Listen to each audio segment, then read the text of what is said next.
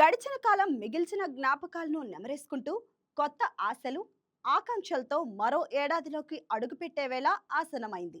ఈ నేపథ్యంలో ఒకసారి వెనక్కి తిరిగి చూసుకుంటే 2025 టాలీవుడ్ బాక్స్ ఆఫీస్ ప్రయాణం మిశ్రమ అనుభూతుల్ని మిగిల్చినట్టు స్పష్టంగా కనిపిస్తుంది.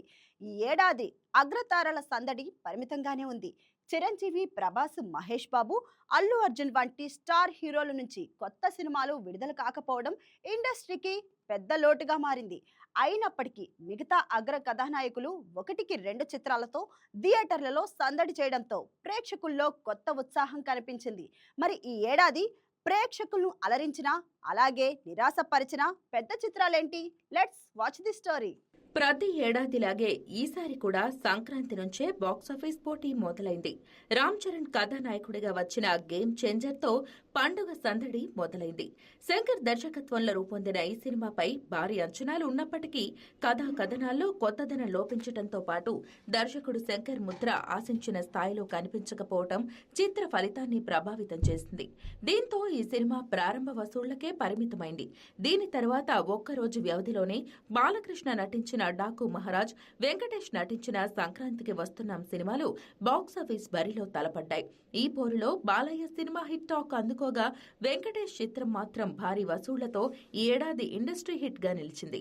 అనిల్ రావిపూడి దర్శకత్వంలో తెరకెక్కిన ఈ వినోదాత్మక కుటుంబ కథా చిత్రం వారాల తరబడి హౌస్ఫుల్ బోర్డ్స్ తో థియేటర్లలో కళకళలాడింది. దాదాపు 300 కోట్ల వసూళ్లను నమోదు చేసి రికార్డులు సృష్టించింది.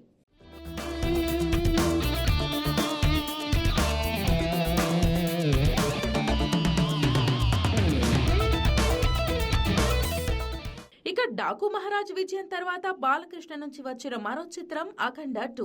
హిట్ మూవీ అఖండకు కొనసాగింపుగా బోయపాటి శ్రీను తెరకెక్కించిన ఈ సినిమా మొదట డిసెంబర్ తొలి వారంలో విడుదల కావాల్సి ఉండగా ఆర్థిక ఇబ్బందుల కారణంగా చివరి నిమిషంలో వాయిదా పడింది.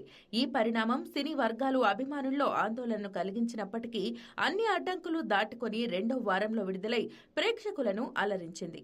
మరోవైపు వరుస పరాజయాలతో కొంతకాలంగా సతమతమవుతున్న రవితేజ ఈ ఏడాది మాస్ జాతర అదృష్టం పరీక్షించుకున్నారు.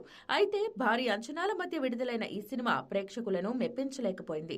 మరోవైపు దేవరా విజయం తర్వాత ఎన్టీఆర్ నుంచి వచ్చిన చిత్రం వార్ 2. ఇది తారక్ కెరియర్ లో తొలి స్ట్రైట్ బాలీవుడ్ సినిమా. హృతిక్ రోషన్ తో కలిసి నటించిన ఈ చిత్రం ఆగస్టులో విడుదలై ఆశించిన ఫలితాన్ని అందుకోలేకపోయింది.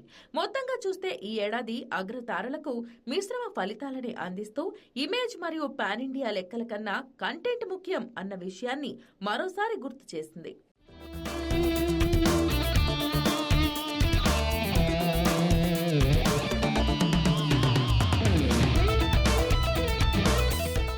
మరోవైపు అగ్ర హీరో నాగార్జున ఈ ఏడాది సోలో హీరోగా సినిమా చేయకపోయినా ప్రత్యేక పాత్రలతో 2 చిత్రాల్లో మెరిశారు. ధనుష్ తో కలిసి నటించిన కుబేరాలో ప్రతినాయక ఛాయలున్న పాత్రతో ప్రేక్షకుల ప్రశంసలు అందుకున్నారు. జూన్లో విడుదలైన ఈ సినిమాకు తెలుగు రాష్ట్రాల్లో మంచి వసూళ్లు దక్కగా తమిళంలో మాత్రం మిశ్రమ స్పందన లభించింది. అనంతరం నాగార్జున నటించిన మరో క్రేజీ చిత్రం కూలీ. రజనీకాంత్ టైటిల్ పాత్రలో నటించిన ఈ సినిమాను లోకేష్ కనగరాజ్ తెరకెక్కించారు. ఇందులో సైమన్ అనే విలన్ పాత్రలో నాగ్ కనిపించారు. భారీ అంచనాల మధ్య విడుదలైన ఈ చిత్రం పాన్ ఇండియా స్థాయిలో మిశ్రమ ఆదరణకే పరిమితమైంది. అయినా నాగార్జున స్టైలిష్ విలనిజానికి మాత్రం మంచి మార్కులు పడ్డాయి.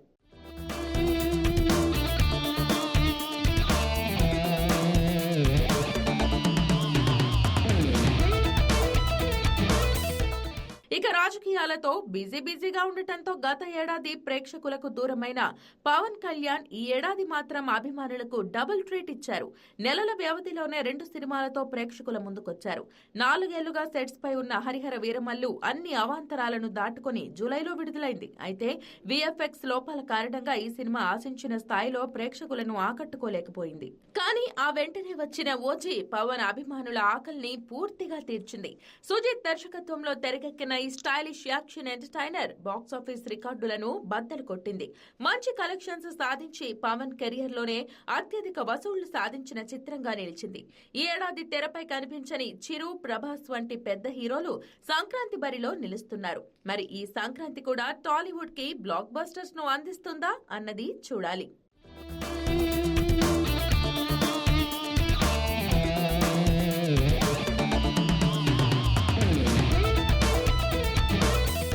ఈ వీడియో మీకు నచ్చినట్లయితే లైక్ చేయండి, షేర్ చేయండి, మా ఛానల్కి సబ్స్క్రైబ్ చేయండి.